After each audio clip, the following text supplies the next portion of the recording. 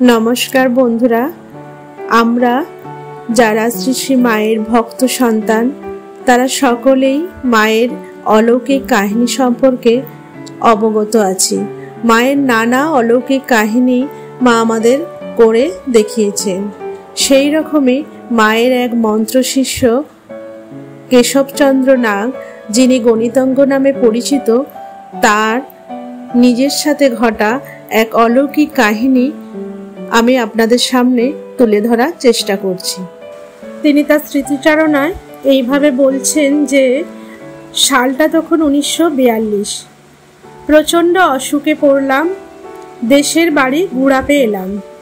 বাড়িতে সবাই খুব চিন্তিত। গুড়াপে তখন একজন ভালো ডাক্তার এসেছিলেন। তিনি দেখছিলেন, কিন্তু কিছুই হচ্ছিল না। রোগ ক্রমশ বাড়তে লাগলো। পরিজনেরা ভয় পেয়ে গেল। বাঁচার আশা ক্রমশ ক্ষীণ হয়ে এলো।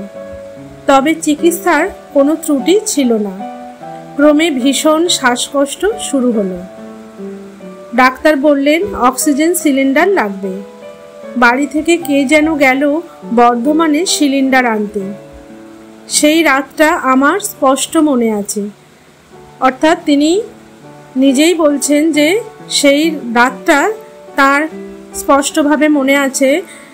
বলছেন কষ্টটা যেন দ্বিগুণ হয়ে গেছে। বুঝিবার শেষ রাত। বাড়িতে কারো চোখে ঘুম নেই। হঠাৎ মায়ের কথা মনে পড়ল। মাকে অসুস্থ অবস্থায় সেবা করেছিলেন স্বয়ং মা কালী।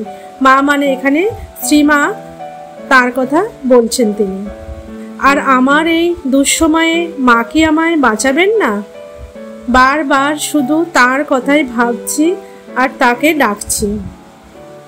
হাত পা নাড়ানোর ক্ষমতাটুকুও নেই। শুধু কাঁদছি আর কাঁদছি। এমন সময় একটা ঘটনা ঘটল। স্পষ্ট দেখলাম মায়ের মতো একজন আস্তে আস্তে আমার মাথার সামনে এসে দাঁড়ালেন। হ্যাঁ, মাই তো। সেই মুখ, সেই চোখ, সেই সরু লালপাড় শাড়ি। দু চোখে করুণা ঝরে পড়ছে। মা আমার মাথায় হাত বুলিয়ে দিলেন। ওহ, সে কি সুখস্পর্শ! মনে হচ্ছিল আমি এখনই সেরে উঠেছি। আমি হাত পা নাড়াতে পারছি, হয়তোবা কথাও বলতে পারবো এক্ষুনি।